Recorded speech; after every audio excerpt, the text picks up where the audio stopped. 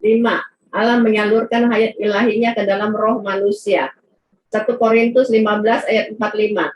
Seperti yang tertulis, manusia pertama Adam menjadi jiwa yang hidup. Adam yang terakhir menjadi roh yang memberi hidup atau hayat. Setelah naik ke sorga, Yesus Kristus turun kembali di dalam Roh Kudus, menjadi roh pemberi hayat. Sebagaimana Tuhan Yesus adalah perwujudan Bapa, Roh Kudus adalah perwujudan Tuhan Yesus yang memberikan hayat ilahi kepada setiap orang yang percaya kepadanya. Hayat ilahi adalah benih Allah yang membuat kita menjadi anak-anak Allah. Yohanes 1 ayat 12 sampai 13. Kita adalah anak-anak Allah karena kita memiliki hayat ilahi. Sama seperti kita adalah anak Bapa kita karena memiliki benihnya. Kita bukan hasil adopsi. Kita adalah anak Allah yang dilahirkan dari Allah. Itu sebabnya Yesus harus mati. Seperti biji gandum, jika tidak jatuh ke dalam tanah dan mati, ia tetap satu biji saja. Tapi jika ia jatuh ke dalam tanah dan mati, ia akan menghasilkan banyak buah gandum yang lainnya. Yohanes 12 ayat 24. Yesus mati, dan setelah ia bangkit dan naik ke sorga, ia menjadi roh pemberi hayat yang menghasilkan banyak anak Allah yang lainnya. Itu sebabnya Yesus disebut yang sulung di antara banyak saudara. Roma 8 ayat 29. Jadi ketika kita percaya dan menerima Yesus, Yesus masuk ke dalam roh kita di dalam Roh Kudusnya. Mengapa masuk ke dalam roh? Karena roh adalah organ untuk menerima Allah. Ingat sarung tangan. Saat Roh Kudus masuk, pertama-tama ia membangkitkan roh kita yang sudah mati, lalu memberikan hayat ilahi ke dalamnya. Jadi kematian Yesus menyelesaikan masalah dosa, dan kebangkitan Yesus menyelesaikan masalah hayat. Inilah jalan keselamatan hayat. Ya, itu yang kelima. Padahal di sini ininya ya, kenapa lupa tadi? Saya pikir sudah ini, ternyata belum ya. Intinya di sini, penyelesaian masalah hayatnya di sini. Ya, Roh Kudus itu yang tadi kita bahas ya. Roh Kudus yang masuk ke dalam kita itu memberikan hayat.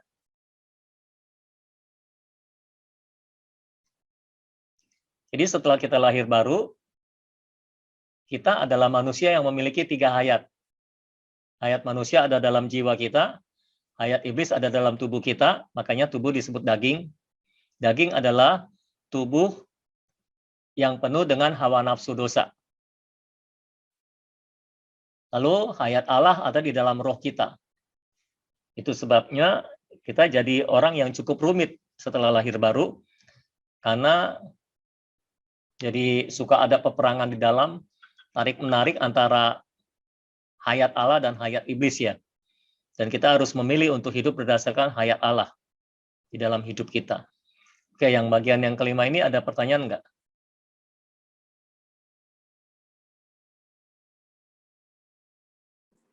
Enggak ada, cuma kok saya jadi terharu gitu ya.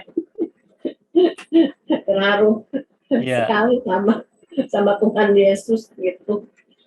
Kasih yang begitu besar mau masuk ke dalam kita gitu. Iya. Tapi itu memang rencana Tuhan dari semula ya, mau masuk ke dalam kita ya. Makanya dia taruh pohon kehidupan di Taman Eden. Ya, sebenarnya Tuhan Yesus itu kan, kalau saya baca ini, Tuhan itu kan sangat mengasihi kita ya, dan Tuhan itu sifatnya bukan eksklusif ya pada manusia ya. Tetapi kenapa kok manusia sendiri yang memperumit pengajaran Kristen gitu loh, sehingga menyebabkan kita ini jadi kayaknya sulit sekali untuk menerima hayat ya, seakan-akan kayak seperti masuk ke lubang jarum gitu loh. Maksudnya susah, bukan jalan yang sempit ya, maksudnya banyak pengajaran yang justru mempersulit kita untuk mengenal Tuhan gitu ya. Padahal Yesus sendiri kalau di sini nih kayak seperti memang menyerahkan dirinya untuk masuk ke dalam diri kita gitu ya. Iya. Saya juga nggak tahu kenapa ya.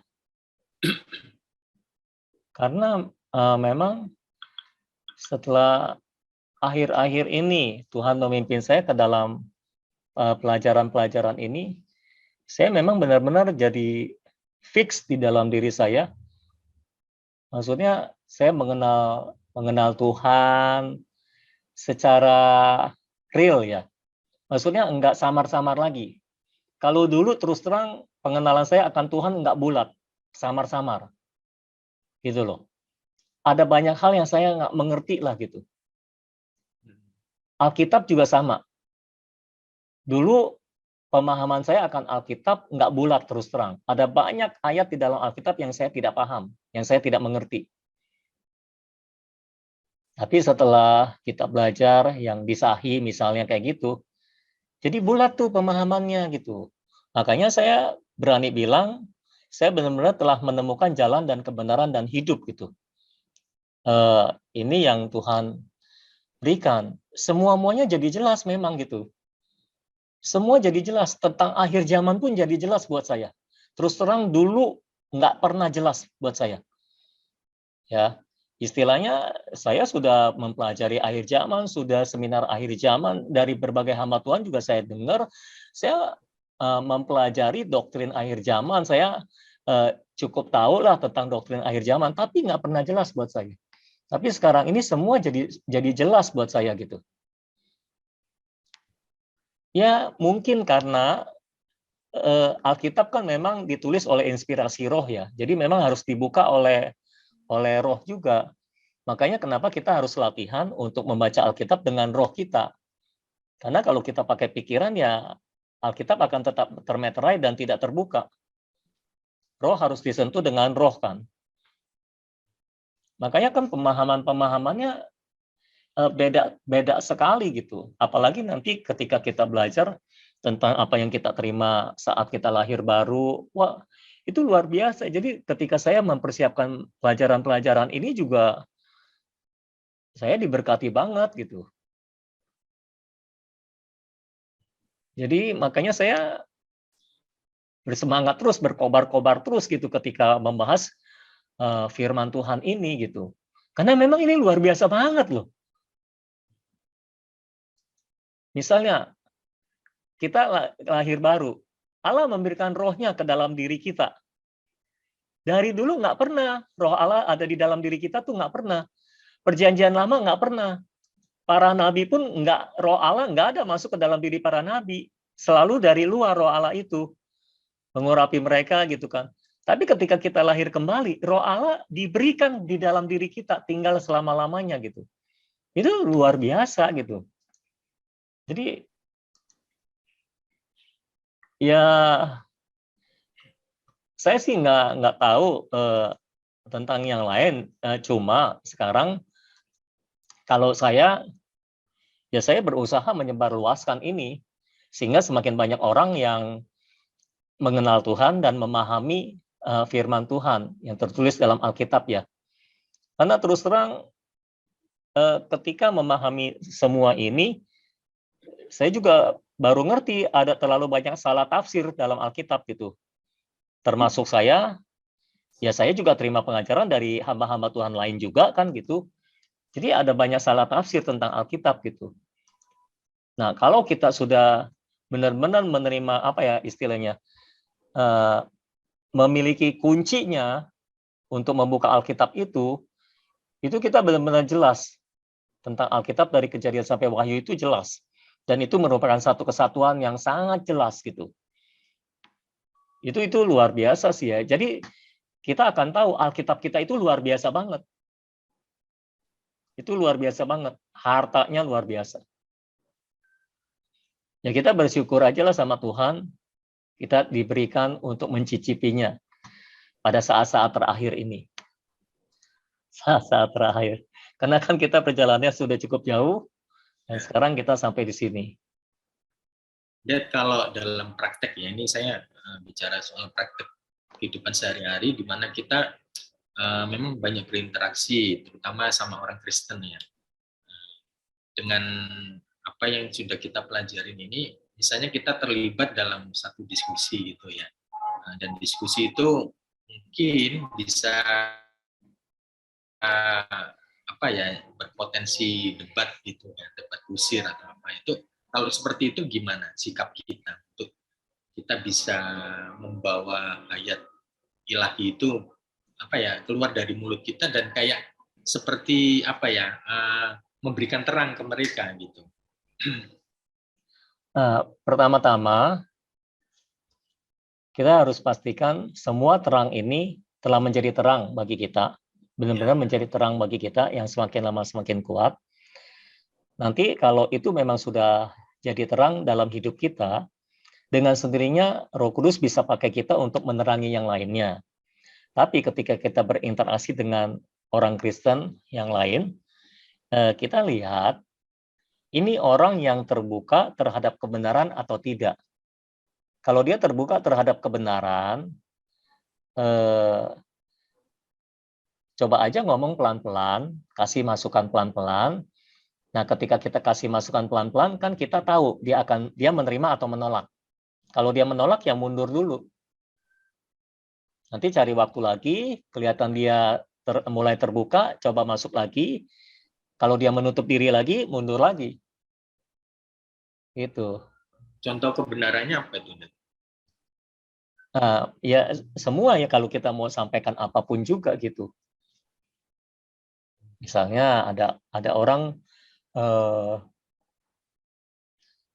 tentang ini aja, misalnya tentang kelahiran kembali. Tadi di KTB sebelumnya, kan saya suka nanya orang, kamu sudah dilahirkan kembali atau belum? Banyak orang Kristen ragu-ragu kalau ditanya itu kan. Kalau saya nanya Budi misalnya, Budi sudah dilahirkan kembali belum? Sudah, Dad. Sudah. Yulis? Ya. Sudah, Dad. Romi? Sudah, Dad. Dari mana kamu tahu kamu sudah dilahirkan kembali? Karena percaya Yesus. Terus? Budi, Yulis apa?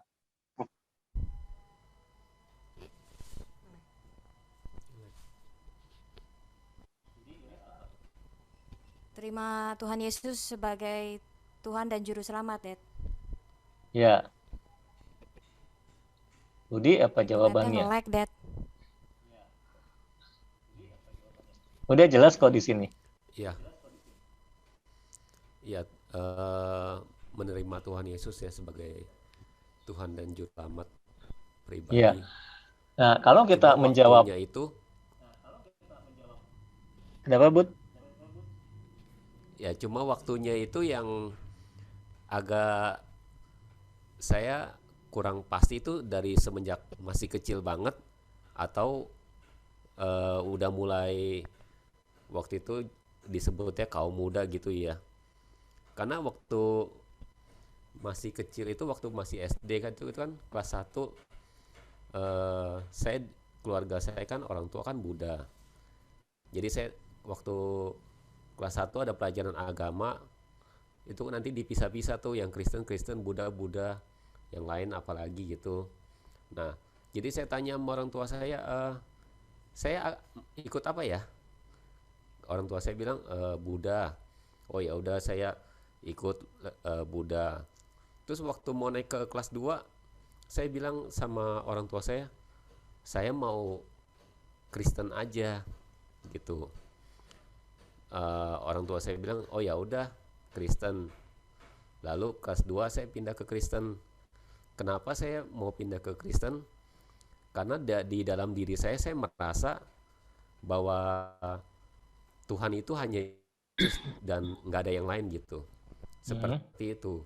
Dan saya juga mungkin merasa apakah itu waktu kelahiran baru atau pada saat saya mulai aktif di gereja waktu kaum muda dulu. Nah, itu yang waktunya itu yang kurang pasti. Ya. Jadi dari mana kita tahu bahwa kita telah lahir kembali? Karena Alkitab bilang roh Allah dan roh kita dua-duanya bersaksi di dalam diri kita bahwa kita adalah anak-anak Allah. Dan menurut Alkitab, dua kesaksian adalah sah. Roh kita bersaksi bahwa kita adalah anak Allah kalau kita sudah lahir kembali. Lalu Roh Kudus di dalam kita itu juga bersaksi bahwa kita adalah anak Allah. Jadi sah kita adalah anak Allah. Itulah yang membuat kita jadi yakin dalam diri kita bahwa kita anak Allah, bahwa kita milik Yesus gitu. Ya, karena ada banyak orang sudah terima Yesus juga nggak yakin kalau mereka telah dilahirkan kembali. Tadi saya nanya itu pada bingung mereka jawabnya. Saya tanya kok ragu-ragu gitu. Akhirnya ketika dijelaskan, ada kesaksian roh di dalam diri kita bahwa kita adalah anak-anak Allah. Coba ingat-ingat waktu lahir kembali, dulu ada kesaksian roh enggak itu? Nah setelah saya jelaskan kayak gitu, mereka malah jadi fix gitu. Jadi ketika saya nanya lagi, jadi sekarang yakin nggak sudah lahir kembali? Yakin. Bisa dengan yakin mengatakan, karena mereka melihat roh yang di dalam gitu. Jadi dari sejak kelahiran kembali, kalau kita hidup berdasarkan roh, kita akan tahu bahwa kita sudah lahir kembali. Yang membuat kita ragu adalah karena kita berdasarkan pertimbangan pikiran. Tapi kalau kita lihat ke dalam roh, kita akan menerima kesaksian itu bahwa kita adalah anak Allah, bahwa kita sudah menjadi milik Tuhan gitu. Ada kesaksian itu di dalam roh kita. Itu yang membuat kita yakin bahwa kita telah lahir kembali gitu. Istilahnya orang mau nggak percaya saya telah lahir kembali juga, saya akan tetap berkata saya lahir kembali karena sudah ada 2 kesaksian roh. Gitu. Kalau kelahiran kembali kepada anak-anak itu, kita penjelasannya gimana? Anak kecil yang ya katakanlah masih di bawah SD gitu, yang belum mungkin secara nalar atau pikirannya masih belum ini gitu. Ya kita tetap menjelaskan dengan bahasa mereka tentunya ya, dengan bahasa yang lebih anak-anak, kita tetap menjelaskan sebisa kita. Nanti kalau hati mereka terbuka, Roh Kudus yang akan melahirkan kembali mereka kan. Nah kalau Roh Kudus telah melahirkan kembali mereka, sama. Mereka punya kesaksian roh di dalam diri mereka bahwa mereka adalah anak Allah.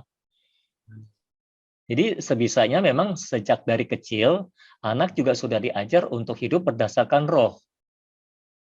Kalau sejak mereka lahir kembali.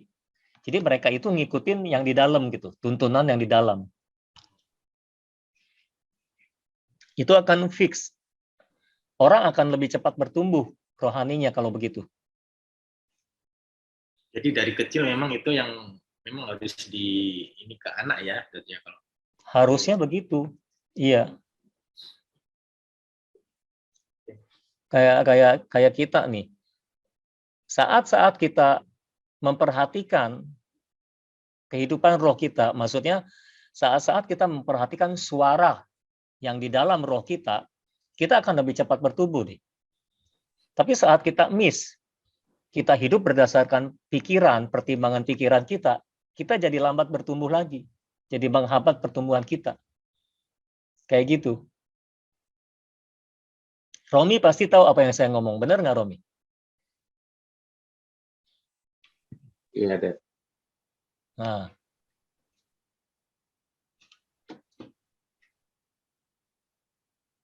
Penjelasannya dong, Rom.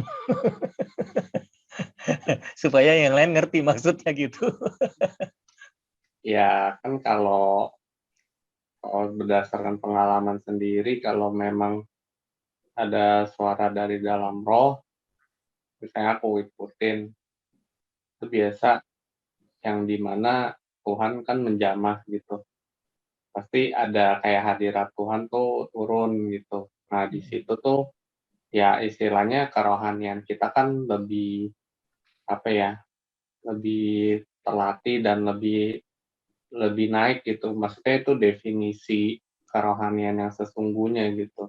Tapi kalau misalnya mau jalannya dengan pertimbangan pikiran sendiri ya istilahnya ya nggak ada reaksi dari roh kita, istilahnya ya kayak mati gitu. Ya jadi stagnan aja. Iya, kita nggak bertumbuh jadinya kan. Betul, itu kamu paham benar. Bagus. Jadi makanya saya berusaha nih mengajar jemaat, ayo hidup dalam roh, perhatikan suara roh, perhatikan perasaan roh. Saya terus ulang-ulang gitu kan. Karena itulah cara hidup kekristenan sebetulnya gitu. Kalau kamu mengikuti perasaan roh kamu, udahlah aman semuanya. Pasti bertumbuh dengan cepat. Tapi saat kita kita nggak memperhatikan perasaan roh kita lagi, kita jalan pakai pertimbangan pikiran kita, udahlah kita sulit bertumbuh. Mau berdoa sehari 24 jam juga kita nggak bakal bertumbuh. Kalau nggak mengikuti perasaan roh yang di dalam.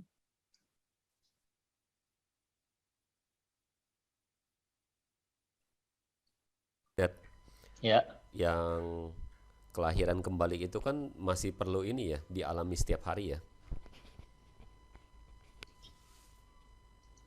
Ya, kelahiran kembalinya sekali untuk selama-lamanya, maksudnya keselamatan setiap harinya ya, keselamatan hariannya ya. Kita kan harus diselamatkan oleh hayat Kristus di Roma ya. Jadi setelah kita diselamatkan yang sekali untuk selamanya, kita juga harus diselamatkan setiap hari oleh hayat Kristus. Itu untuk keselamatan harian. Keselamatan harian itu maksudnya ya kita memilih untuk hidup berdasarkan hayat Kristus. Kalau istilahnya Rasul Paulus, hidupku bukannya aku lagi jadi. Ya, bukannya aku tapi Kristus gitu. Jadi kita memilih untuk hidup berdasarkan hayat Kristus. Dengan kata lain kita memilih untuk makan dari buah pohon kehidupan gitu. Artinya kita diselamatkan kalau begitu seharian ini gitu. Oh iya, itu juga ini ya, sebagai unsur yang menumbuhkan hayat juga ya. Betul. Oke. Setiap hari kita memilih Kristus sebagai hayat kita, ya kita bertumbuh itu pasti. Karena kita mengalami pengalaman hayat. Iya, iya. Betul.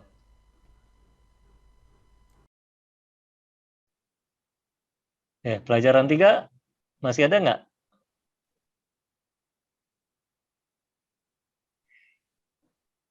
Makanya penting untuk kita memperhatikan terang yang kita terima ya.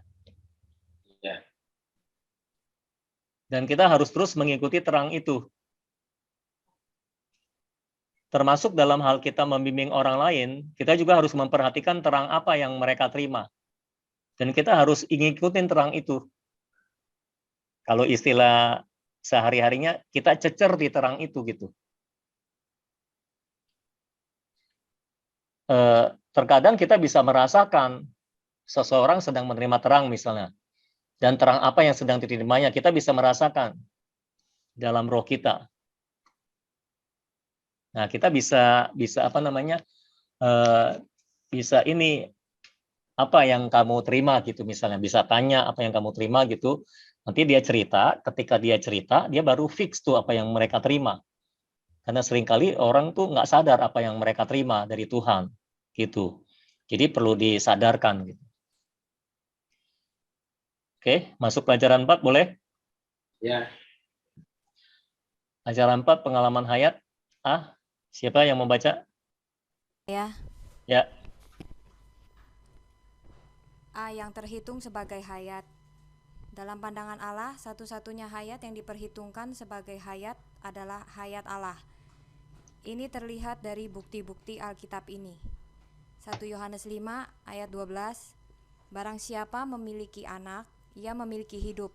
Barang siapa tidak memiliki anak, ia tidak memiliki hidup. Kata hidup di situ lebih tepat diterjemahkan sebagai hayat. Siapa yang memiliki anak atau Kristus, ia memiliki hayat. Siapa yang tidak memiliki anak, tidak memiliki hayat. Hal ini dikatakan kepada orang yang telah memiliki hayat manusia dan hayat iblis di dalamnya. Tapi sekalipun kita telah memiliki hayat, dalam pandangan Allah kita belum memiliki hayat. Sampai Kristus, sang pemberi hayat ilahi, masuk ke dalam kita, menjadi hayat kita, barulah kita dihitung memiliki hayat. Jadi dalam pandangan Allah, hayat manusia dan hayat iblis tidak terhitung hayat. Hanya hayat Allah yang terhitung sebagai hayat. Yohanes 10 ayat 10, pencuri datang hanya untuk mencuri dan membunuh dan membinasakan. Aku datang supaya mereka mempunyai hidup dan mempunyainya dalam segala kelimpahan. Yesus datang untuk memberikan hidup yang berlimpah, hayat ilahi. Hal ini dikatakan kepada kita yang masih hidup. Bagaimana mungkin Yesus memberikan hidup kepada kita yang hidup? Ini menunjukkan bahwa dalam pandangan Allah, manusia yang tidak memiliki hayat Allah adalah mati atau tidak memiliki hayat. Itu sebabnya harus menerima hayat Allah supaya hidup. Oke, berhenti dulu. Sampai di sini jelas nggak? Yang terhitung sebagai hayat, ada yang mau tanya nggak?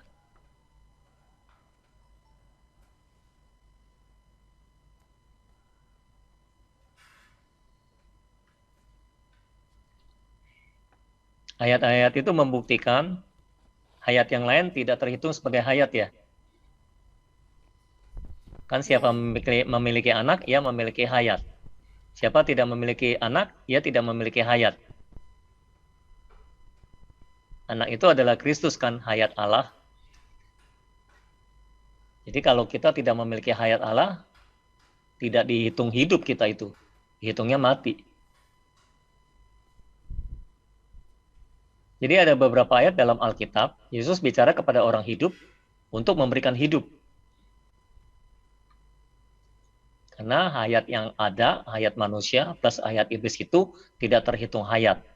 Cuma hayat Allah yang terhitung sebagai hayat di hadapan Allah ya. Iya. Yang kalimat yang Yesus datang untuk memberikan hidup yang berlimpah ini, Dad. Iya. Biasa kan kalau baca ini kan konotasinya udah ke arah yang Materi. iya. Tapi ternyata maksudnya hidup berlimpah adalah Tuhan mau memberikan hayat ilahinya ke dalam kita. Iya. Nah, saya rasa itu salah satu hal yang membuat kita banyak tidak paham Alkitab.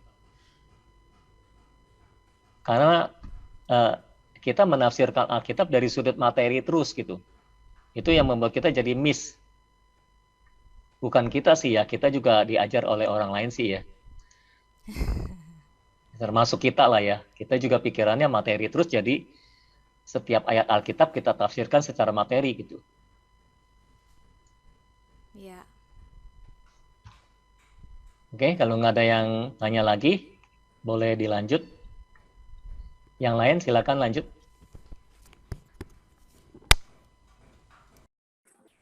Mau tanya tadi, Ya. soalnya yang nulis kurang kedengeran suaranya, jadi maksudnya pencuri itu, iblis mencuri hayat gitu. Nggak, pencuri di situ kan maksudnya iblis. Pencuri datang hanya untuk mencuri, membunuh, dan membinasakan. Tapi Yesus datang untuk memberikan hidup yang berlimpah. Hidup yang berlimpah itu adalah hayat ilahi. Jadi kalau pencuri untuk mencuri, Membunuh dan membinasakan. hayat ilahi yang ada di dalam kita gitu. Bukan, ini Yesus sedang bicara. Dulu iblis itu datang mencuri, membunuh, dan membinasakan kamu. Dia itu pencuri. Sekarang aku datang untuk memberikan hidup yang berlimpah, yaitu hayat ilahi. Gitu. Oh, jadi dia nggak bisa mencuri hayat ilahi kita ya? Hayat ilahi mana bisa dicuri? Okay.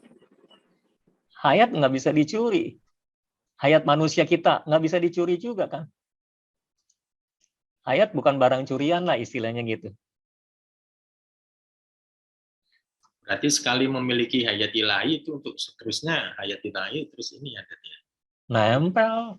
Nempel terus ya. Nempel. Berarti makanya keselamatan itu pasti. Berarti yang dicuri apa itu, Dad? Kalau konteksnya di situ.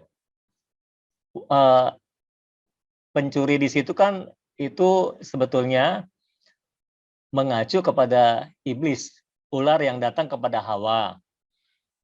Nah, pencuri itu datang untuk mencuri, membunuh, dan membinasakan. Jadi waktu si ular itu datang, itu dia mau mencuri, membunuh, dan membinasakan. Dan berhasil kan, manusia dicuri, dibunuh, dan dibinasakan. Ada banyak hal yang dicuri dari diri manusia kan. Ada banyak hal juga yang dibunuh dan dibinasakan. Manusia kan jadi binasa setelah datang pencuri itu kan. Termasuk hayat manusianya juga ya. bukan hayat manusianya. Hayat manusianya enggak, roh manusia mati ketika. Jadi Oh, itu kan akibat kejatuhan kan.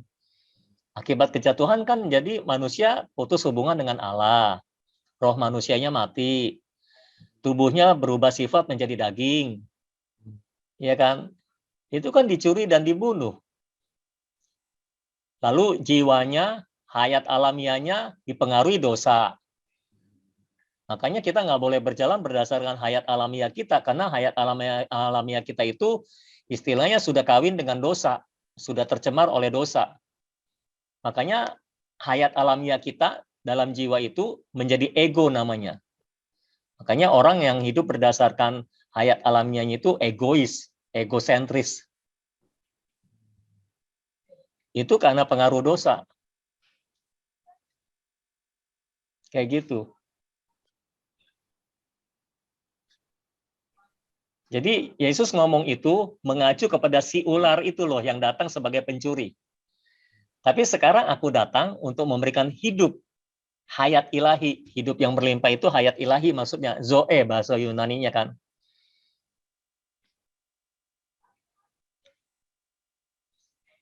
Nah, hayat ilahi ini yang merupakan jalan keselamatan hayat itu kan.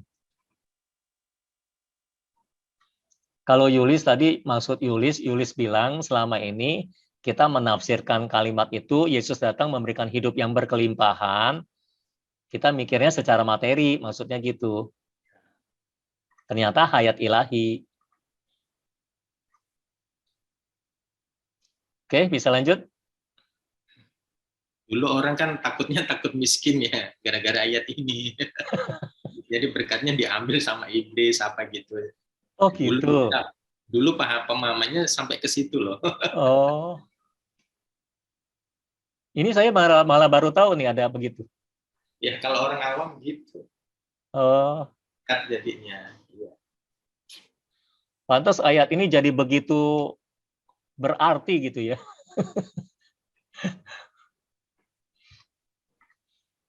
Oke, lanjut. Yang lain, mengapa hayat Allah? Mengapa hanya hayat Allah yang terhitung sebagai satu-satunya hayat, sedang hayat yang lain tidak terhitung sebagai hayat?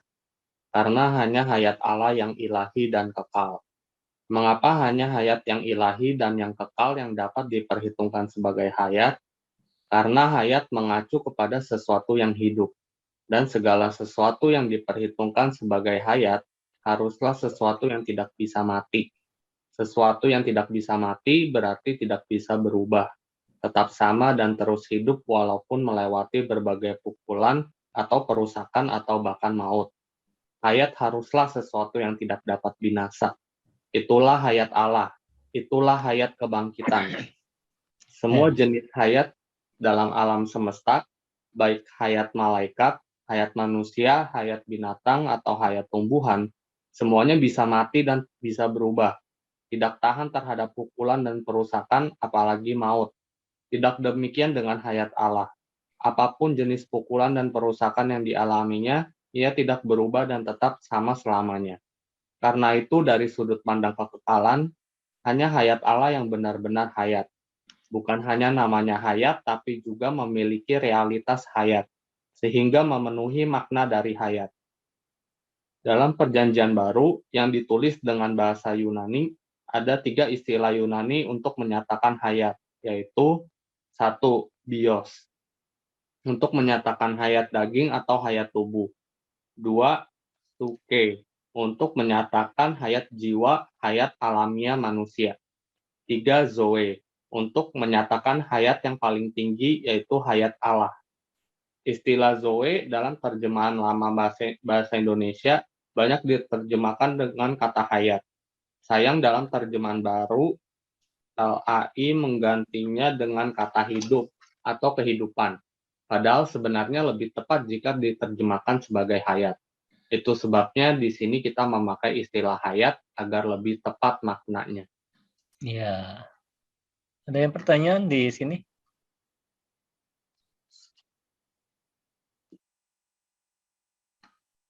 Dulu terjemahan lama itu kehidupan itu hayat loh. Saya dengarkan air hayat apa itu kan Di terjemahan lama ya. Iya. Terjemahan lama bukan yang baru. Malah lebih ini. Ya dulu kan kita nyanyi lagu Malam Kudus juga kan itu. Yesus pohon hayat, Yesus pohon hayat. Kita nyanyinya gitu dulu.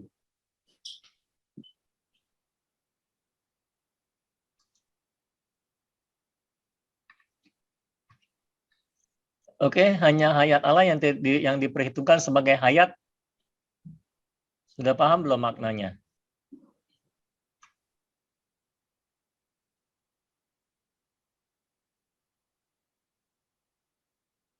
Ada yang Paham, aku masih agak bingung deh. Ya, yang mana? Yang kalimat semua jenis hayat dalam alam semesta, baik hayat malaikat, hayat manusia, hayat binatang, atau hayat tumbuhan, semuanya bisa mati dan bisa berubah. Maksudnya bisa mati dan bisa berubah gimana ya, Dek? Iya. Kan hayat manusia bisa mati, hayat binatang bisa mati. Hayat tumbuhan bisa mati. Mati itu maksudnya definisinya seperti apa ya? Kan nggak bisa dicuri, tapi bisa mati sama aja dong. Ya kan kita bisa mati. Semua makhluk hidup bisa mati kan? Makhluk hidup Maksudnya kan kalau udah makhluk yang punya meninggal hayat kan? maksudnya. Maksudnya kalau udah meninggal gitu. Iya meninggal, mati itu meninggal. Oh. Iya mati. Mati kan kehilangan hayat maksudnya kan? Iya. Mati. Nah, kalau yang bisa mati berarti bisa berubah juga.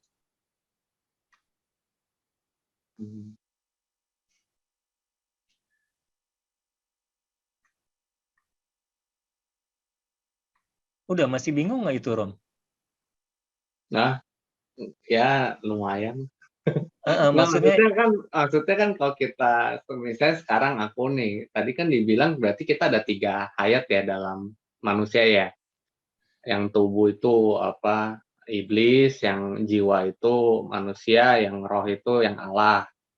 Nah, maksudnya ketika kita meninggal berarti kan hayat manusia itu mati, ya kan? Nah, tapi hayat Allah itu tetap hidup berarti gitu. iya. Yang ada di kita.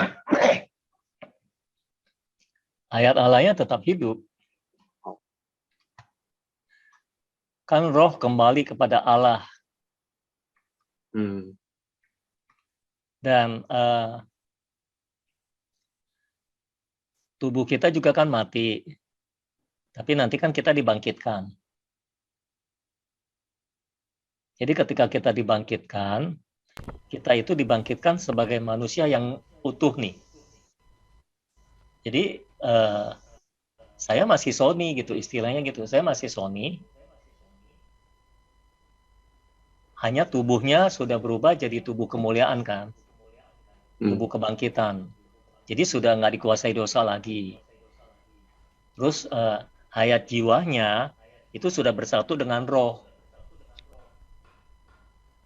Jadi itu sudah menyatu dengan Roh Kudus. Jadi kita serupa dengan Allah gitu. Jadi menjadi serupa dengan Allah itu suatu kepastian. Kamu pasti menjadi serupa dengan Allah. Kalau nggak di sini, di sana. Kalau nggak kini, nanti. Tapi pasti jadi serupa Allah. Jadi seperti Allah pasti. Itu suatu kepastian. Nanti kan kalau yang sudah jadi pemenang itu kan sudah jadi serupa Allah.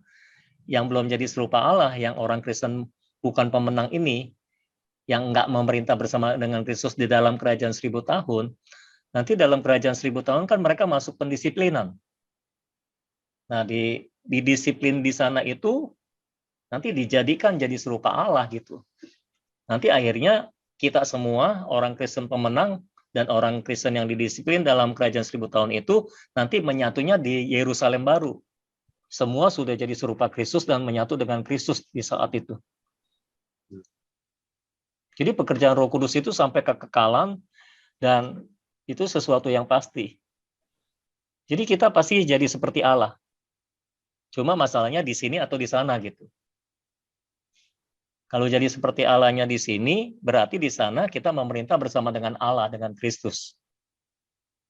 Kalau di sini belum, berarti waktu yang lain memerintah bersama dengan Kristus, kita memasuki masa pendisiplinan. Yang di disiplin itu yang di bumi itu kan. Iya, yang di bumi. Dalam kerajaan 1000 tahun. Jadi pada akhirnya kita akan hidup berdasarkan roh juga gitu. Hidup berdasarkan hayat. Cuma masalah waktu. Berarti kalau di bumi misalnya kita memikul salib, keakuan kita semakin terkikis, itu bukan berarti hayat manusia kita yang terkikis kan? Bukan. Bukan Hayat yang manusia beda ya? kita menyatu dengan hayat Allah. Kita memakai hayat Allah untuk hidup kita gitu. Iya, kita memilih memakai hayat Allah. Kita menyalipkan hayat manusia kita dan memilih untuk hidup berdasarkan hayat Kristus. Menjadikan Kristus sebagai hayat kita gitu. Ngerti deh.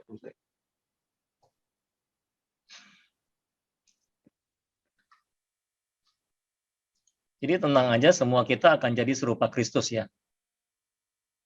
Amin.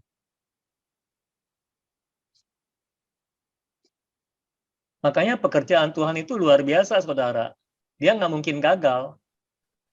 Jadi nggak ada tuh orang sudah diselamatkan, batal keselamatannya, nggak ada itu. Ya sekarang pakai akal sehat kita, misalnya ya, Yesus mati buat menebus kita, supaya kita diselamatkan. Lalu kita menerima penebusannya, kita diselamatkan. Masa bisa batal sih? Berarti pengorbanan Kristus kurang sempurna dong.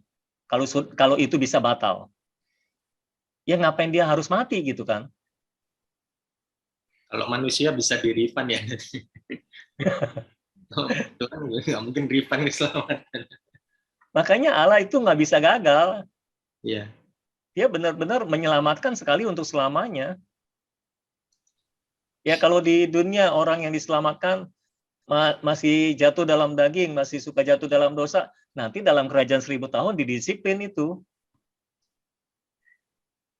Dan belum dia harus masuk masa kesengsaraan besar kan, masa antikristus kan. Jadi tenang aja. Kita semua akan jadi serupa Kristus. Cuma ada yang jadi serupa Kristusnya mulus, ada yang bonyok-bonyok gitu. Maksudnya dikebukin dulu baru jadi serupa Kristus, baru mau mengikut hayat, mau hidup berdasarkan hayat gitu. Nah, selama di dunia ini kan sebetulnya Tuhan terus mengerjakan kita kan. Roh Kudus terus mengerjakan kita kan. Nah, kalau kita terus mengikuti pekerjaan Roh Kudus, itu kita bisa di dunia ini.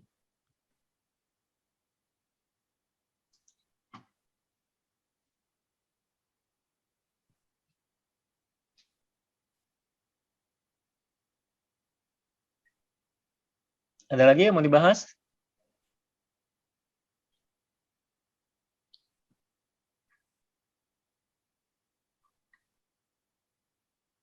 Tanya itu Romi selesai belum? Kok masih bingung?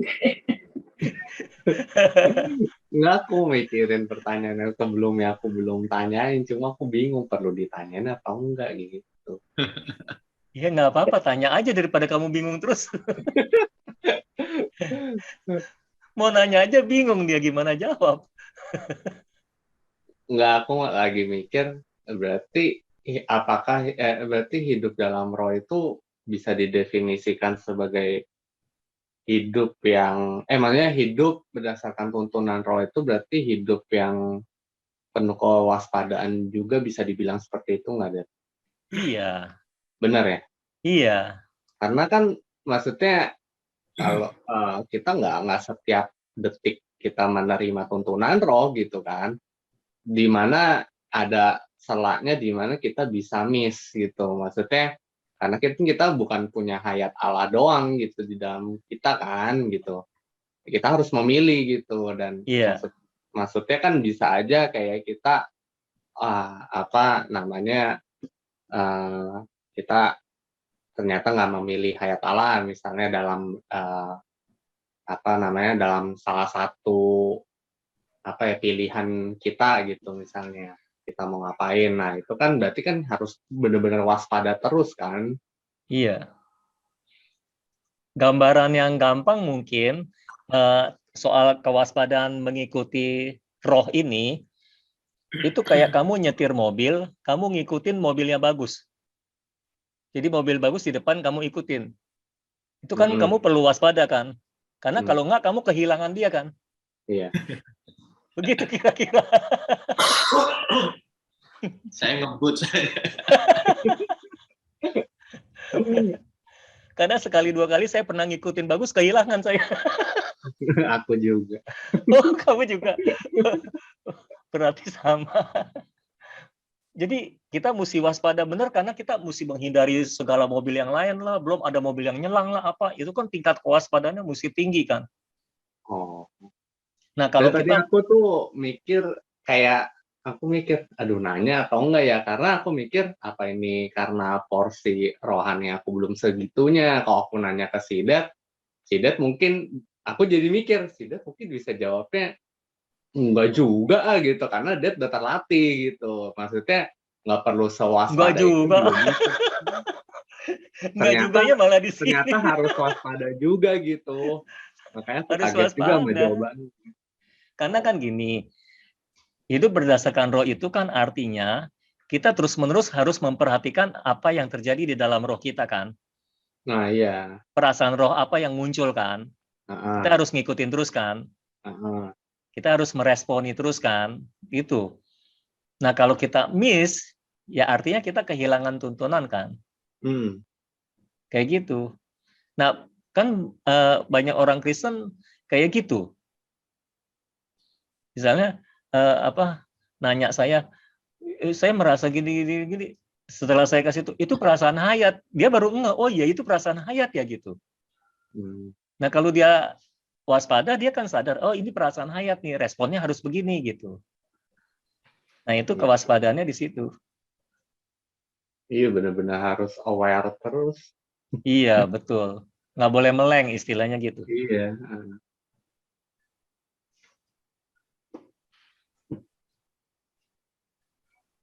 Udah bisa lanjut. Oke. Udah Romi udah tenang katanya. Apa mau nanya apa tadi? Erni. Ini itu si Romi. Udah Romi. Udah. Nanti kalau nggak selesai. Mau nanya ini. Ya Romi nanti berdua aja. Ayat malaikat kita bisa termasuk yang bisa mati. Masuknya dia masuk neraka jadi mati gitu ya dokter. Iya. Oh dia tetap hayat ciptaan ya. Malaikat hayat ciptaan. Ya itu aja.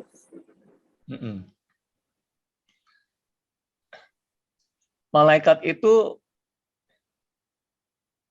dia hebat karena dia ada bersama dengan Tuhan ya di sorga. Jadi dia nggak perlu terang karena Allah yang menjadi terangnya gitu. Nanti kita juga begitu kan, kita nggak perlu terang. Jadi nanti kita nggak perlu PLN tuh. Allah yang jadi terangnya. Dad, berarti kalau ini nggak tahu benar ya nggak Dad. Jadi pokoknya yang punya hayat ilahi pasti masuk surga. Nah, sedangkan mereka yang belum terima Tuhan, belum lahir baru, kan artinya dia cuma punya 2 hayat. Iya. Dan otomatis mereka meninggal, mati dan benar-benar mati. Binasa. Binasa di neraka. Iya. Gitu ya, Dad. Nah, yang membedakan kita lagi yang punya hayat ilahi tergantung kita meresponi hayat itu sendiri. Itu yang mempengaruhi upah kita nanti ya, Dad. Ya, kalau kita hidup berdasarkan hayat ya kita akan jadi Kristen pemenang. Iya, jadi maksudnya pokoknya semua yang lahir baru kan pasti punya hayat ilahi, sudah pasti masuk surga. Ya. Hanya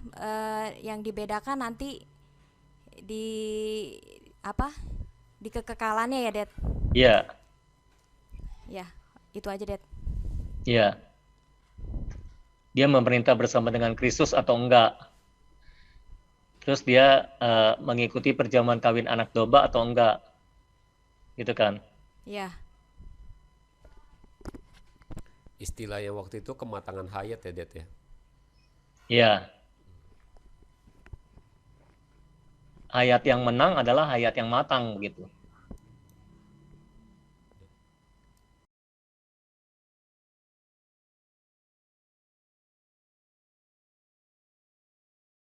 Sudah, ada lagi? sudah, Det. Thank you. Ya, bisa masuk ke yang C. B, that. Hah? B, hayat adalah Allah Oh sendiri. iya, B ya. Saya baca ya. Iya. Dalam Yohanes 14 ayat 6, Tuhan Yesus mengatakan bahwa dia adalah hayat. Sesudah berkata demikian dari ayat 7 sampai 11, dia memberitahu murid-murid bahwa dia dan Allah adalah satu. Ini menunjukkan bahwa hayat adalah Allah sendiri. Jadi, apakah hayat? Hayat adalah Allah sendiri. Apakah artinya memiliki hayat? Memiliki hayat berarti memiliki Allah. Apakah artinya memperhidupkan hayat? Memperhidupkan hayat berarti memperhidupkan Allah. Kita harus jelas dalam hal ini. Apakah saat kita memperhidupkan kebajikan, artinya kita memperhidupkan hayat? Tidak. Karena kebajikan bukanlah hayat. Memperhidupkan Allah baru berarti memperhidupkan hayat. Semua kebajikan yang kita perhidupkan bukanlah hayat, kecuali hal itu merupakan ekspresi Allah melalui kita. Apakah bertambahnya pelayanan dan karunia berarti pertumbuhan hayat? Bukan, karena pelayanan dan karunia bukanlah hayat.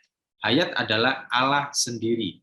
Pertumbuhan hayat berarti bertambahnya keilahian dan berkurangnya keinsanian dalam diri kita. Oke, ada pertanyaan di sini?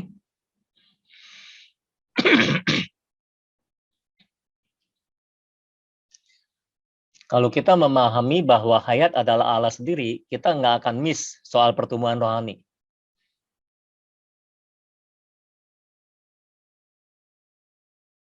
Kita akan paham bahwa pertumbuhan rohani adalah pertumbuhan hayat. Pertumbuhan hayat adalah pertumbuhan Allah di dalam diri kita. Bukan pertumbuhan kebajikan, karunia, pengetahuan, atau apapun. Kebajikan itu seharusnya menjadi ekspresi dari pertumbuhnya hayat Allah di dalam diri kita gitu.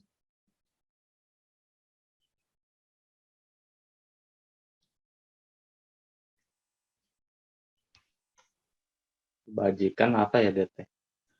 Kebajikan itu kebaikan lah gitu. Perbuatan baik gitu.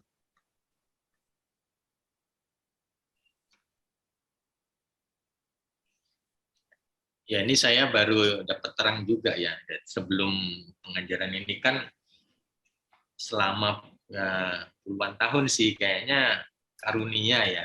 Kalau saya sih mungkin memang bukan pelayanan ya. Waktu itu memang pelayanan bukan sesuatu yang membuat kita mengenal Tuhan atau lebih dekat sama Tuhan. Tapi karunia kan dulu kan karunia terus kayak menyembuhkan orang, berbuat banyak hal kan yang menjadi parameter kita dulu ya.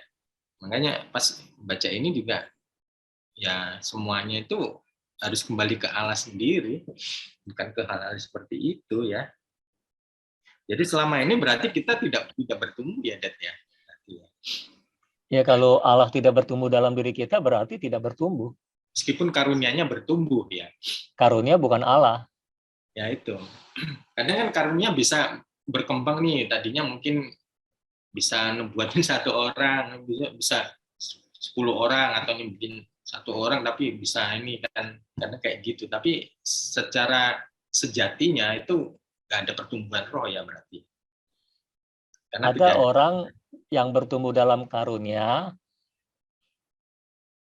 tapi dia juga bertumbuh dalam hayat. Tapi ada orang bertumbuh dalam karunia, tapi tidak bertumbuh dalam hayat. Itu dua hal yang berbeda begitu. Karena karunia itu bukan hayat, karunia itu bukan Allah. Gitu. Ada orang karunianya bertumbuhnya luar biasa, tapi Allah dalam diri dia nggak bertumbuh. Kalau dia belum mengetahui hayat ilahi itu secara seperti ini, itu agak-agak susah juga sih. Mendapat pewahyuan tentang hayat ilahi. Itu yang saya bilang, sebetulnya kalau dia hidup berdasarkan roh yang di dalam dia, pada akhirnya dia akan paham sih. Misalnya,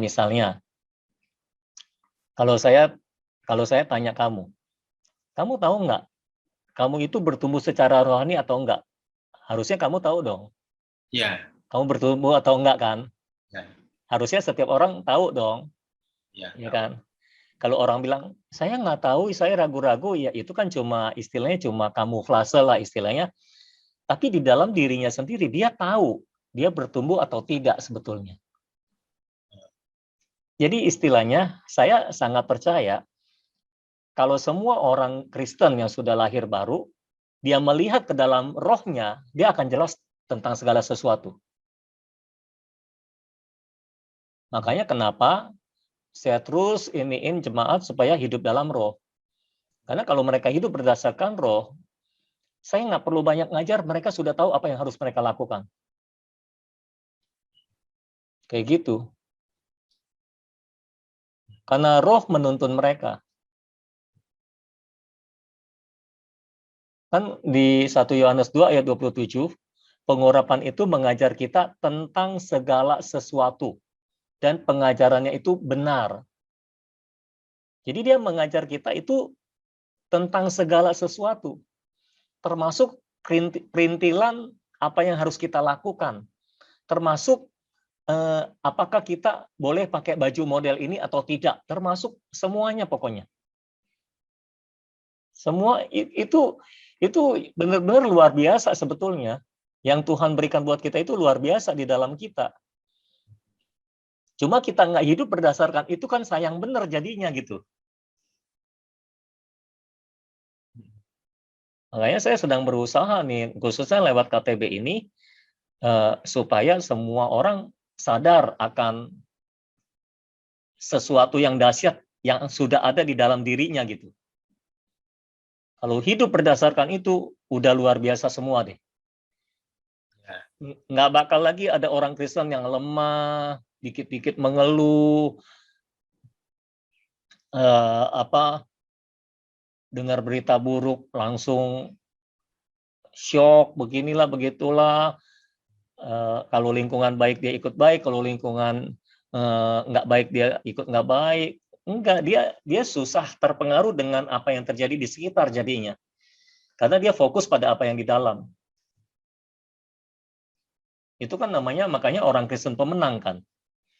Kalau orang Kristen kayak gitu kan nggak bisa dikalahkan oleh apapun juga. Ya.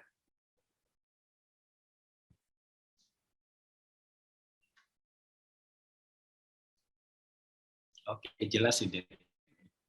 Iya, udah lebih jelas lah ya. Jelas sih ya. Oke, bisa masuk. Mungkin lebih jelas sih ya. Jadi iya.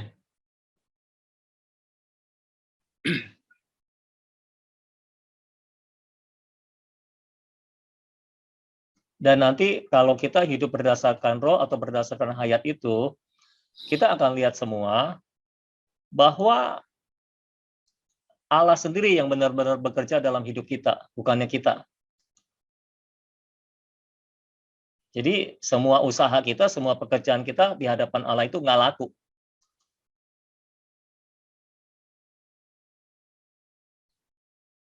Jadi Allah yang benar-benar bekerja.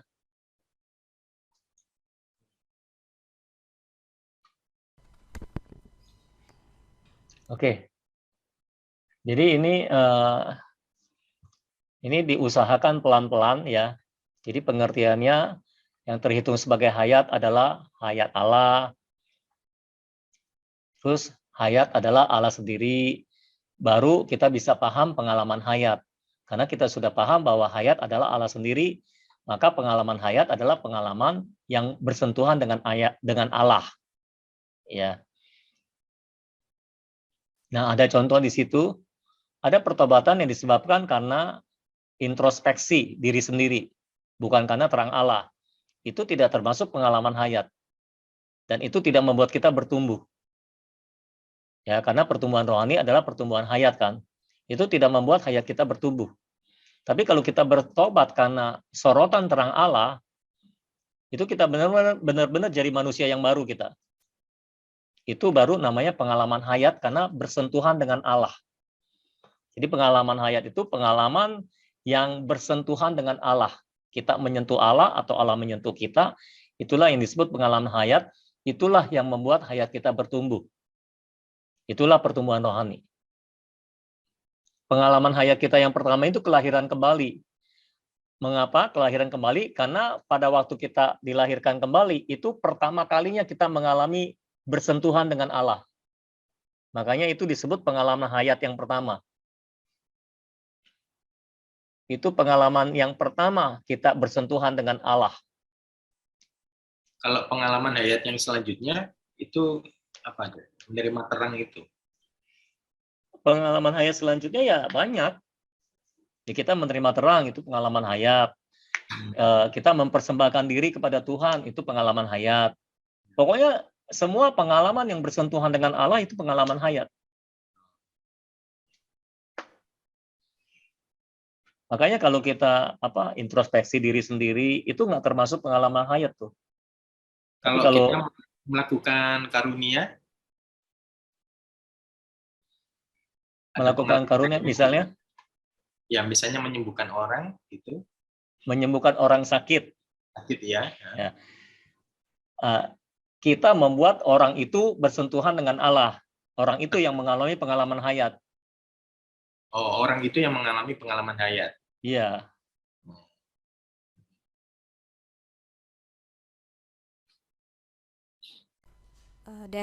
Kita ini ada, kalau kita bisa kayak dalam ini nih kita TB gini, terusnya kita terima sesuatu gitu. Nah itu pengalaman hayat atau? Kalau cuma pelajaran yang kita terima itu bukan pengalaman hayat. Tapi pada waktu kita belajar kita terima terang, menyentuh roh kita. Itu kita bersentuhan dengan Allah kan. Nah itu pengalaman hayat.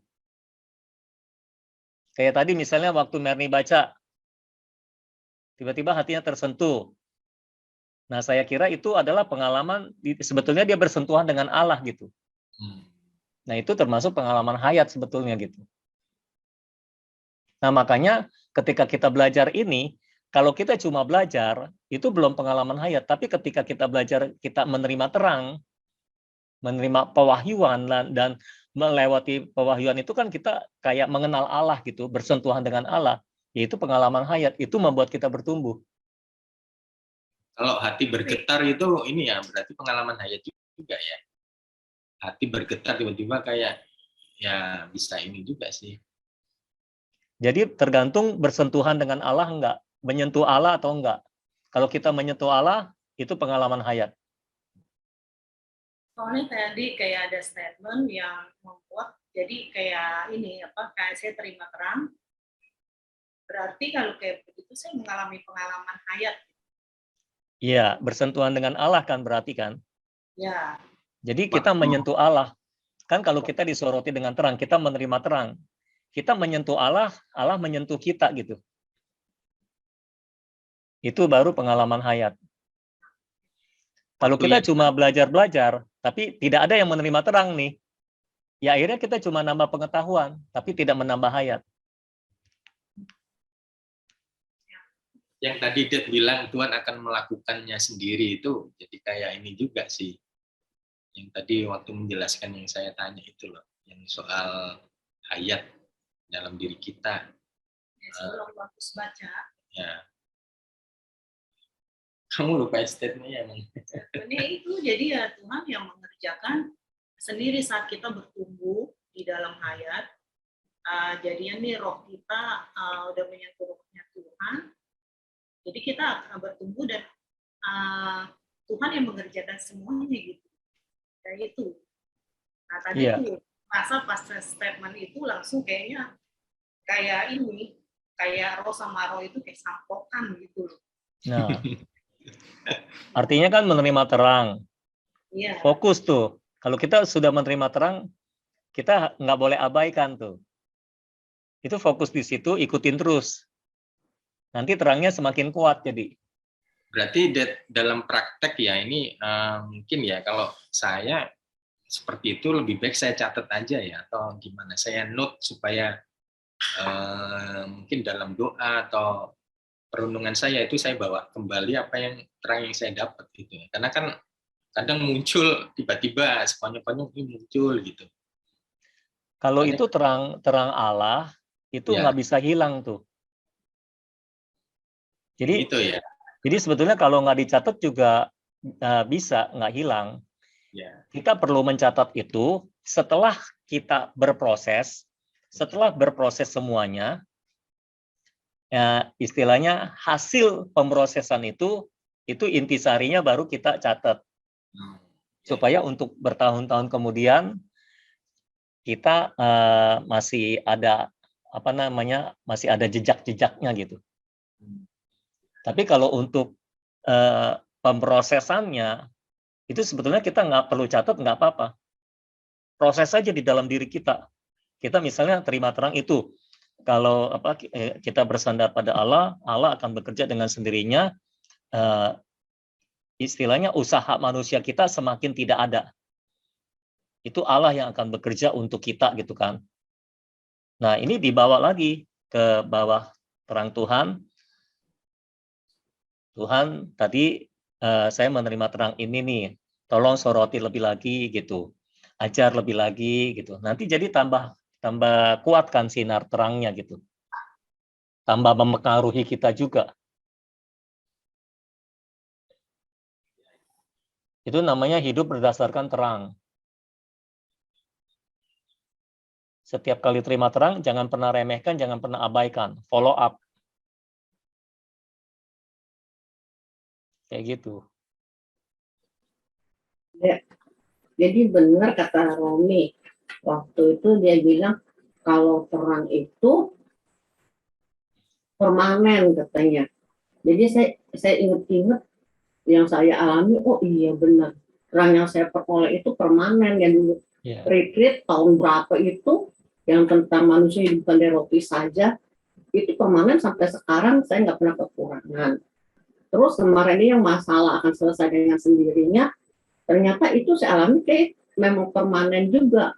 Karena kemarin itu kan waktu mami saya ada berita-berita gawat, oksigennya 92, segala ini udah minum panadol, segala apa-apa, terus nggak mau bangun, apa gini. Ternyata kalau dulu sama paniknya nggak keruan itu. Sampai suami saya udah bilang ke keluarganya juga, lalu di WA juga, Mer, ini ya, saya hati apa-apa. Tapi nggak tahu gimana saya bisa tenang, dan tiba-tiba saya selalu ingat, masalah akan selesai dengan sendirinya gitu. Saya serahin aja sama Tuhan. Ternyata benar-benar permanen itu luar biasa sih, Dad. Memang. Pekerjaan Allah itu luar biasa. Ya. Nggak sama sekali nggak sama dengan pekerjaan manusia. Dia kalau kerja itu permanen, dalam, luar biasa banget pokoknya. Makanya kalau hasil usaha manusia jauh dibandingkan pekerjaan Allah mah. Ya. Kayak ini nih misalnya nih, ini contoh sekalian info gitu ya. Anak saya Eben dan Karen, sebetulnya kan mereka dari dulu memang nggak mau ikut KTB. Cuma karena mau mendukung papinya jadi ikut. Cuma ikutnya kan jadi kayak keseret-seret gitu kan. Nah ketika KTB baru ini, udahlah saya bilang, kalau nggak mau ikut KTB, udahlah nggak usah, kalau terpaksa, udah nggak usah, saya bilang. Daripada nanti keseret-seret gitu kan, ngikutnya kan. Udah, akhirnya udah tuh, dua-dua udah mundur tuh. Eben, Karen udah enggak gitu ya. Saya kecewa nggak? Kecewa. Saya kesel apa enggak? Kesel. Tapi akhirnya saya menerima terang Tuhan apa tahu enggak?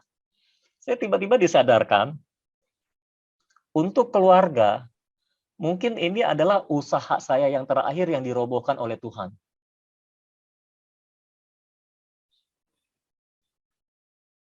Itu kan saya berusaha dong, namanya anak gitu kan.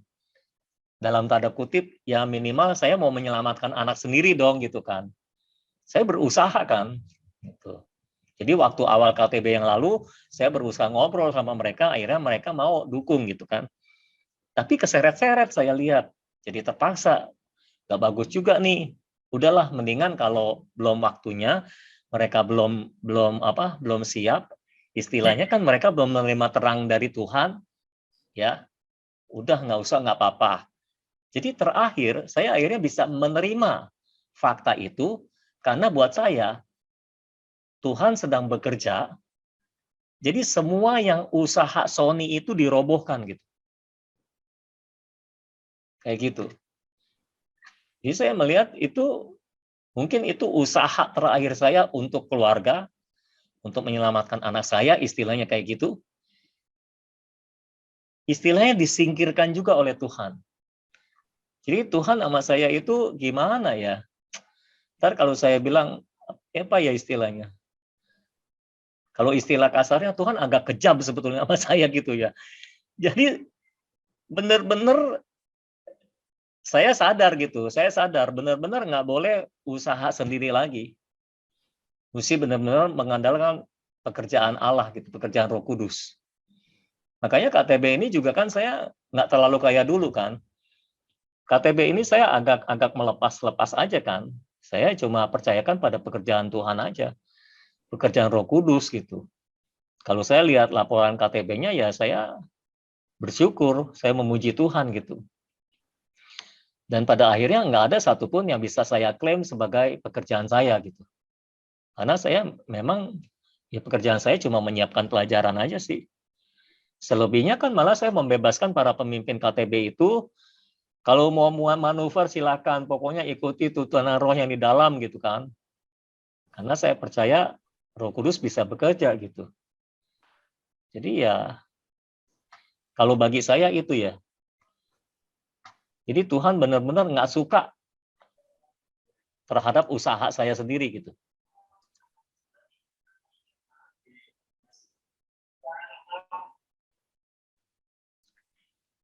Kok mulutnya gitu, Rom?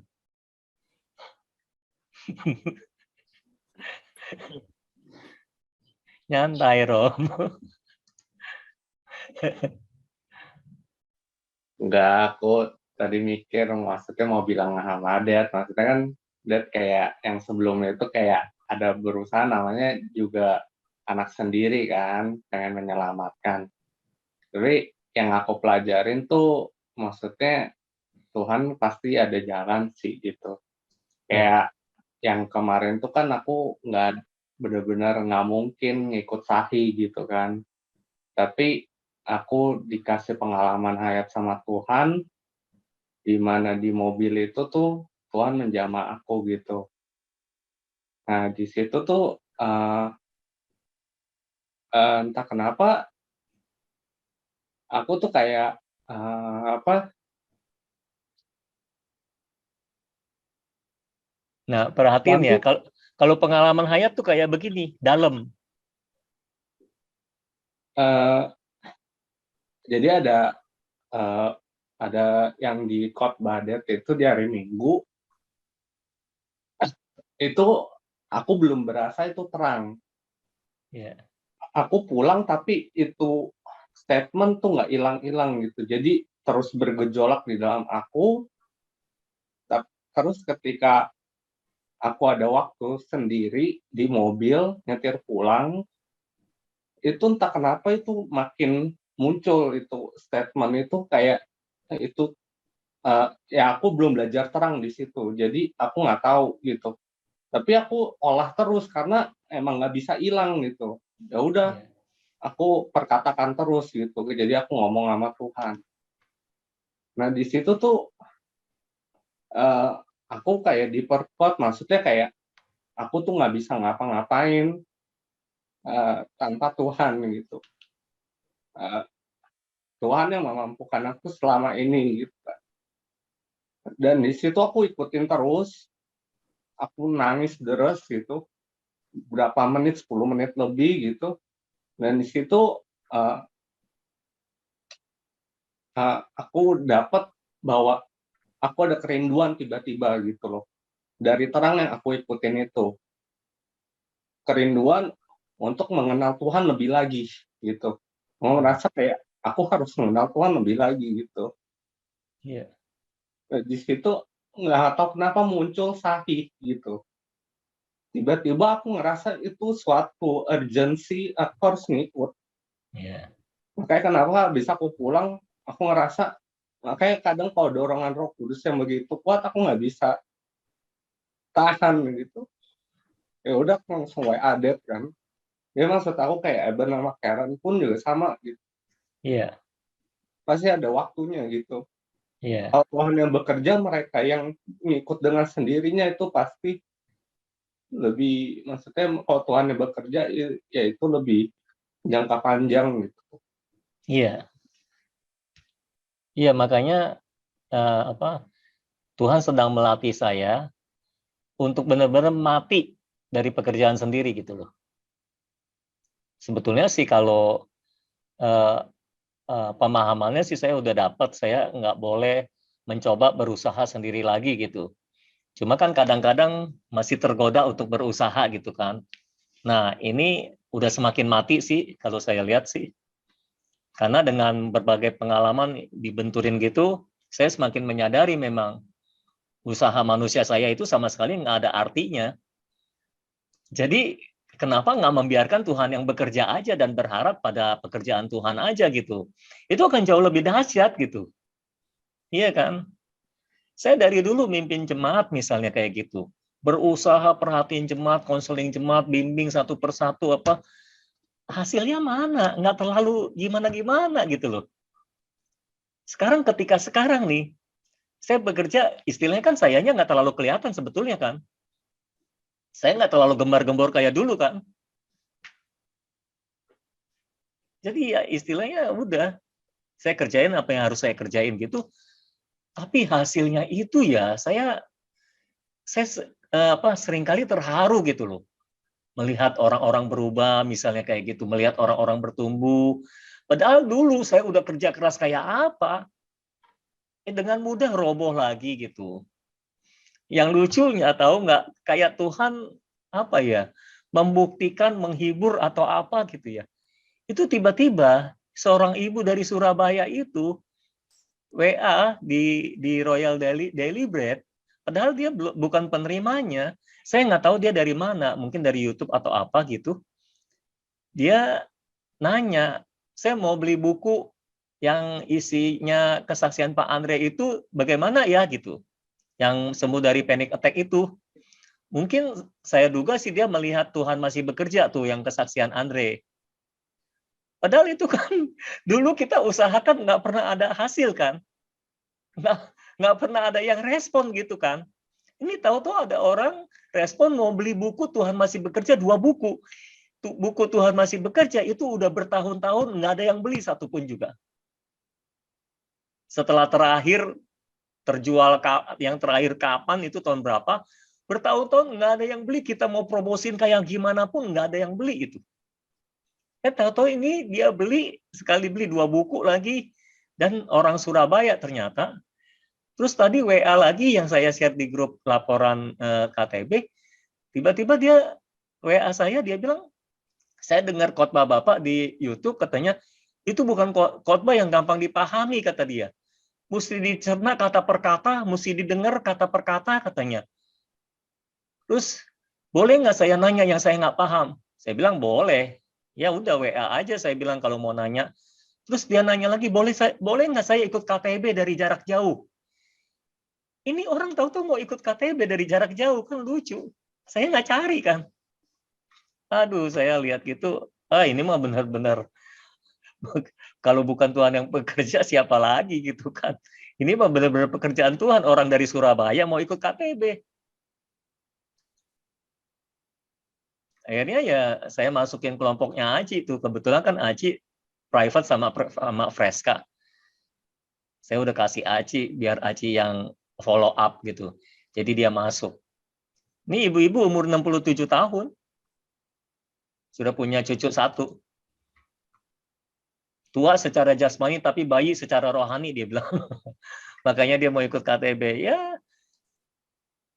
siapa tahu Tuhan bekerja dan dia bisa bertumbuh gitu kan. Orang yang kita nggak kenal. Dan Royal Daily Bread, tahu nggak? Royal Daily Bread kan nama saya udah hapus-hapusin semua kan. Terus motivasi untuk menyebarluaskan juga saya udah hapus-hapusin semua kan di RDB itu kan. Iya, saya setuju banget tuh, Det. Karena udah bertahun-tahun kan nggak ada hasil juga tuh, nggak ada nama satupun juga kan. Ini nama 2 orang, termasuk ibu itu, ada satu lagi mau daftar. Satu itu lelaki sih. Saya jadi bingung, lucu juga ya.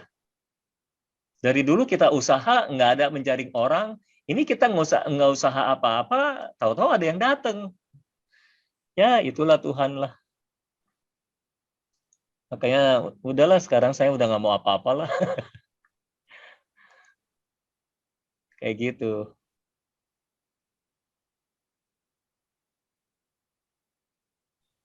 Yang lucu juga ada beberapa orang dari GSJK. GSJK itu penerbit yang menerbitkan buku-bukunya Watchmeni dan Witnessly. Itu gerejanya namanya GSJK. Jadi beberapa orang dari GSJK melihat khotbah saya tentang ekonomi Allah di YouTube. Mereka memberikan respon. WA saya secara pribadi. Kasih jempol lah apa dah. Mereka mendukung jadi. Gitu karena memang kebenaran itu kan kebenaran yang hampir sama sekali nggak tersentuh gitu. Nggak pernah disampaikan gitu. Jadi ya kita percaya Tuhan bisa mengerjakan semuanya, seringkali penghalangnya itu kita sendiri sih. Karena kan kita terus mau berusaha sendiri kan. Kayak gitu. Tuhan sih udah ajar saya udah lama itu. Hanya terus terang melatih hal itu nggak semudah yang dibayangkan juga. Berhenti dari usaha sendiri itu nggak mudah loh. Itu nggak mudah bener.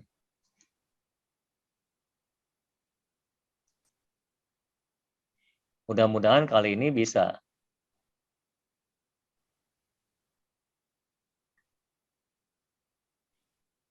Yang soal pengalaman hayat sudah jelas semuanya ya. Jadi yang kita kejar itu sehingga kita sekarang fokusnya lebih terarah, lebih terfokus, dan kita tahu pengalaman hayat itu kayak apa gitu. Kayak gitu.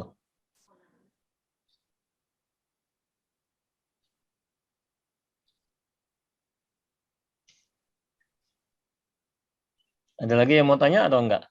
Nanti Yulis mau ngomong deh. Oh iya, Yulis ngomong.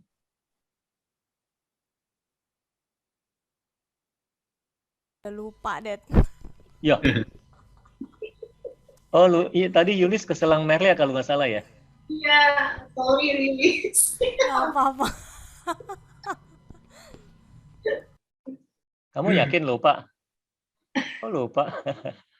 Coba tanya Budi, Yus, Rilis. Tadi muncul tiba-tiba aja yang lagi ngebahas apa ya? Apa? Coba tanya Budi katanya. Terang. Oh ya itu yang diusahakan itu, Det. Oh, introspeksi diri. Iya. Kayaknya Nah, itu itu kan aja. usaha manusia. Iya, jadi kalau ada maksudnya disimpulkan yang saya tangkap kalau introspeksi itu kan usaha kita sendiri. Iya. Dan biasanya kalau pengalaman hayat itu ya itu tiba-tiba ya, Det. Tiba-tiba muncul, entah diingatkan dari khotbah, entah dari Alkitab atau dari suara Roh Kudus, pokoknya Iya. tiba-tiba gitu ya, Dad. Ya, tiba-tiba tapi terus-menerus gitu ya. Iya, Bergulir terus gitu. Kayak yang Romi cerita tadi. iya kalau introspeksi diri kan dengan sengaja kita mengingat-ingat Iya, hari ini saya gimana ya? Saya iya, ngelakuin kesalahan apa ya? Tapi kalau betul. misalnya hayat ilahi itu kan tiba-tiba kita diingatkan, tadi kamu begini, harusnya Heeh. harusnya jangan gitu ya, Dad. Iya. Dan cara kita introspeksi itu menggali kalau kita ya. Jadi kita bawa hidup kita di hadapan Tuhan, di bawah terang Tuhan, minta disoroti, minta diterangi. Jadi kalau ada yang nggak berkenan, minta diterangi. Jadi bukan kita yang introspeksi diri kita, tapi Tuhan yang menerangi kita. Kayak gitu caranya kita mengevaluasi diri itu datang kepada terang Tuhan, minta Tuhan terangi. Bukan kita evaluasi diri sendiri, oh kita kurang, ini nih kayaknya kita kurang doa nih, kayaknya kita kurang baca Alkitab nih, kayaknya kita kurang sabar nih. Bukan begitu. Tapi Tuhan yang terangi. Ya, Dad. Hmm.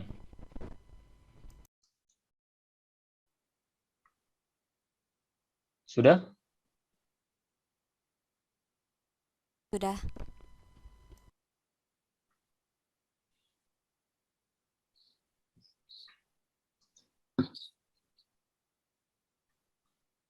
Kalau sudah nggak ada, kita bisa selesai, bisa tutup. Besok di khotbah minggu, fokuslah untuk menerima terang ya. Karena kalau kita ingin menerima terang, dengan cepat kita bisa menerima terang, karena terangnya sudah tersedia sebetulnya gitu. Sehingga kita dengan cepat bisa bertumbuh dalam hayat gitu. Yuk kita berdoa untuk tutup. Mam berdoa untuk tutup. Sebelum saya doa tutup, mungkin saya mau sedikit untuk yang roh dari atas itu. Roh Kudus yang dari atas ya, sebagai kuasa kan.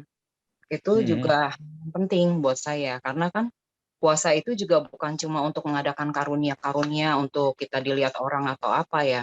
Padahal dalam kehidupan kita sehari-hari juga kita harus menghadapi berbagai hal gitu kan.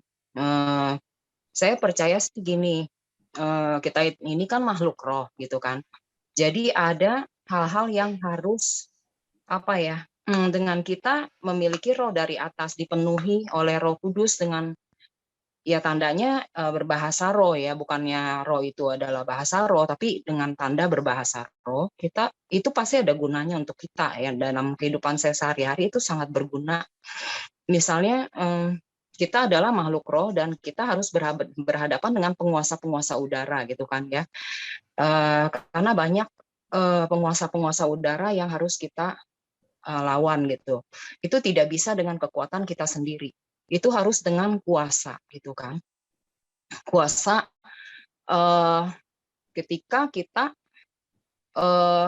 contoh begini, misalnya ketika saya mengalami sakit gitu ya. Itu dari dalam saya nggak bisa terima gitu loh. Saya nggak bisa terima karena apa? Karena itu sudah menjadi terang ya di dalam diri saya bahwa saya ini hidup dalam kesehatan ilahi. Karena Yesus sudah menebus saya dari dosa dan juga hukuman dosa. Hukuman dosa itu ya termasuk sakit penyakit lah gitu kan. Semua akibat-akibat dosa gitu. Dari semua kutuk gitu. Tuhan udah menanggungnya dosa dan juga akibat dosanya. Salah satunya ya sakit penyakit. Walaupun tidak semua sakit penyakit karena dosa ya, bisa juga karena pola hidup makan yang salah, itu juga bisa jadi sakit penyakit kan. Misalnya ketika saya mengalami sakit, itu di dalam saya gitu loh, itu muncul kemarahan. Bahkan juga ketika saya melihat orang lain sakit, itu saya tidak bisa terima. Itu bukan dari Tuhan. Itu di dalam saya tuh udah seperti itu ya, gitu. Terang yang saya dapat selama ini seperti itu. Jadi saya marah gitu loh. Saya marah terhadap bukan Tuhan ya, gitu. Saya nggak berani marah sama Tuhan gitu, dan nggak berani kecewa juga. Saya juga percaya Tuhan itu merancangkan hal-hal yang baik buat saya gitu. Rancangan Tuhan kan tidak ada rancangan kecelakaan, melainkan damai sejahtera. Jadi saya ini bukan yang dari Tuhan gitu. Saya marah gitu terhadap iblis gitu. Dan itu kita butuh kuasa waktu kita melawan iblis itu dalam nama Yesus gitu. Itu adalah hal yang muncul secara otomatis, nggak bisa saya buat-buat, dan saya nggak bisa tahan gitu. Keluar gitu kan. Makanya dengar orang sakit gitu, saya tidak akan berdoa secara yang meminta belas kasihan lagi, karena saya percaya di dalam saya itu ada kuasa gitu. Saya menerima kuasa. Ketika Roh Kudus turun atas kamu, maka kamu akan menerima kuasa gitu. Dan kuasa itu ya untuk mengusir setan, untuk mengusir roh-roh jahat di udara gitu kan. Jadi itu hal yang penting. Lalu untuk diri kita, kemudian untuk orang lain, itu untuk melayani, untuk kita lebih produktif. Untuk lebih produktif itu kan hal yang penting gitu. Ini jadi hidup kita itu bukan untuk diri kita sendiri.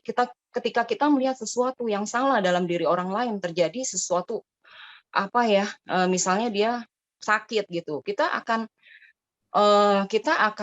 berdoa untuk orang itu untuk mengusir sakit penyakitnya itu gitu. Jadi ini kan butuh kuasa gitu kan, butuh kuasa Roh Kudus gitu, bukan dengan kemampuan kita gitu. Jadi itu hal yang penting, itu hal yang harus dibangun dan ya, harus bertumbuh di dalam diri kita juga. Terus dipenuhi terus. Makanya lalu juga dimensi bahasa roh itu ya, itu memang dimensi kuasa, tapi juga saya mengalami untuk saya sendiri itu adalah dimensi persekutuan. Ketika saya berdoa, ketika saya menyembah dalam Roh Kudus, dalam roh, dalam bahasa roh, ketika saya bermazmur dalam Roh Kudus, itu kok kenapa ya hubungan saya jadi lebih erat gitu loh dengan Tuhan gitu. Ketika saya membaca firman kan dari roh yang firman itu, saya juga bisa menangis gitu dengan baca firman, tapi juga dengan Roh Kudus juga ketika saya berdoa dalam bahasa roh itu juga bisa menangis. Saya nggak tahu apa yang Roh Kudus katakan mungkin gitu loh. Kecuali saya ada pergumulan, saya tahu ya. Tapi kan kadang juga ada bahasa roh yang juga waktu saya nggak bergumul pun juga ada bahasa roh yang keluar. Mungkin itu doa syafaat. Itu bikin saya merintih gitu terhadap kondisi seseorang. Saya nggak tahu orang itu mengalami apa, ya saya nggak tahu, tapi saya bisa nangisin buat dia gitu. Itu adalah bahasa yang dari Roh Kudus gitu loh, yang masuk dalam diri saya, dan itu menimbulkan kuasa gitu. Itu jadi sangat kita butuhkan dalam kehidupan sehari-hari untuk diri kita sendiri, untuk orang lain juga, untuk pelayanan. Jadi itulah mengapa saya merasa saya perlu gitu loh untuk membangun itu setiap hari. Kayaknya saya kalau nggak bersekutu dengan, nggak ada bersyukur, menyembah Tuhan dalam bahasa roh itu, kayaknya saya merasa saya kering gitu di situ gitu loh. Memang saya baca firman juga saya dapat gitu, saya menyentuh saya gitu. Tapi juga saya perlu minum juga dari Roh Kudus. Saya perlu makan, saya perlu minum, dan juga saya perlu kuasa untuk ke orang lain gitu, untuk ke diri saya sendiri dan juga untuk ke orang lain, untuk memerangi pekerjaan setan gitu di dalam diri orang lain gitu. Untuk menyatakan yang penting di sini kalau menurut saya, kenapa ada orang yang ditolak Tuhan gitu di dalam Matius 7 itu kan ya, aku tidak pernah mengenal kamu, aku tidak pernah mengenal kamu. Mungkin orang itu ya nggak tahu ya, saya nggak mau menyentuh soal yang terlalu dalam gitu. Dia tidak mengenal. Jadi bisa aja orang nggak mengenal, menyatakan kuasa bisa loh. Jadi dia bisa berkarunia gitu untuk menyembuhkan orang. Tapi itu ya bukan dari Roh Kudus, karena Tuhan bilang kan nggak mengenal gitu kan. Jadi itulah sebabnya mengapa kita perlu mengenal. Jadi kuasa yang kita hasilkan itu pun juga itu adalah hasil pengenalan kita gitu loh. Bukan karena kuasa-kuasaan yang saya nggak tahu kenapa bisa terjadi yang Matius 7 itu, yang orang diusir dari hadirat Tuhan itu ditolak gitu kan, dicampakkan gitu sama Tuhan. Saya nggak tahu itu kenapa nggak berani saya ngomongin soal itu gitu. Tapi apa yang kita terima sebagai kuasa itu pun harus berasal dari persekutuan kita gitu dengan Tuhan, karena kita nggak bisa gitu hidup. Saya nggak bisa hidup tanpa hadirat Tuhan, nggak bisa gitu loh hidup tanpa doa gitu, tanpa persekutuan yang intim dengan Roh Kudus. Roh Kudus itu yang membuat kita jadi intim gitu loh. Jadi ketika saya berdoa itu saya jadi intim. Ketika saya intim sama Tuhan, saya ketagihan, saya kecanduan. Jadi bukan karena saya suka doanya, doa itu sendiri, tapi ketika dalam doa saya merasakan hadirat Tuhan, jamahan Tuhan gitu loh. Dan kuasa yang itu saya merasakan gitu loh, ada kuasa yang datang gitu menerpa saya, dan ketika saya mengusir setan itu keluar, saya bisa merasakan itu ada bobot gitu, ada otoritas dalam kata-kata saya gitu loh. Ketika saya usir setan waktu saya misalnya apa ya, padahal saya sendiri lagi kering gitu loh, ya saya akan merasakan bobotnya itu seperti nggak ada gitu loh gitu. Tapi ketika kuasa itu, ketika maksudnya yang dari kuasa itu saya rasakan gitu, ada otoritas yang menyertai gitu. Jadi memang kuasa itu juga sangat penting gitu loh. Roh itu sekali lagi untuk tidak dipergunakan hanya untuk diri kita sendiri, tapi juga untuk diri kita sendiri dan juga untuk orang lain. Maksudnya saya tambahkan di situ. Begitu sih. Oke. Yuk. Ya. Doa.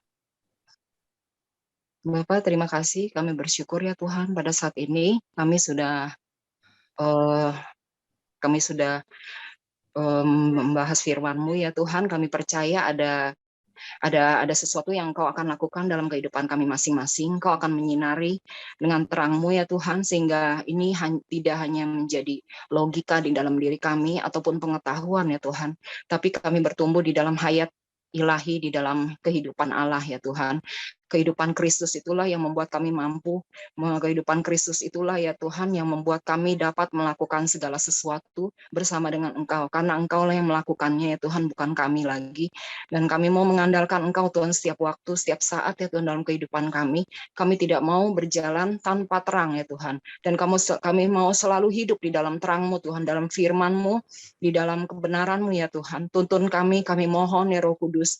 Kau sendiri ya Tuhan yang menyinari kami lebih lagi. Kau sendiri yang membongkar kehidupan kami, yang menyelaraskan kehidupan kami Tuhan, sehingga kami selalu sama, kami selalu sepakat dengan firman-Mu, kami selalu sepakat ya Tuhan dengan rencana-Mu, kami selalu berjalan di dalam rencana-Mu, dan apapun juga yang menjadi rencana-Mu itulah yang akan terjadi. Kami percaya Tuhan Kau merampungkan pekerjaan Roh-Mu Tuhan di dalam kehidupan kami, pekerjaan dari firman-Mu Tuhan yang sangat hebat, yang sangat berkuasa itu Tuhan, dan kami bersyukur ya Tuhan, karena Engkau telah menebus kami, menjadikan kami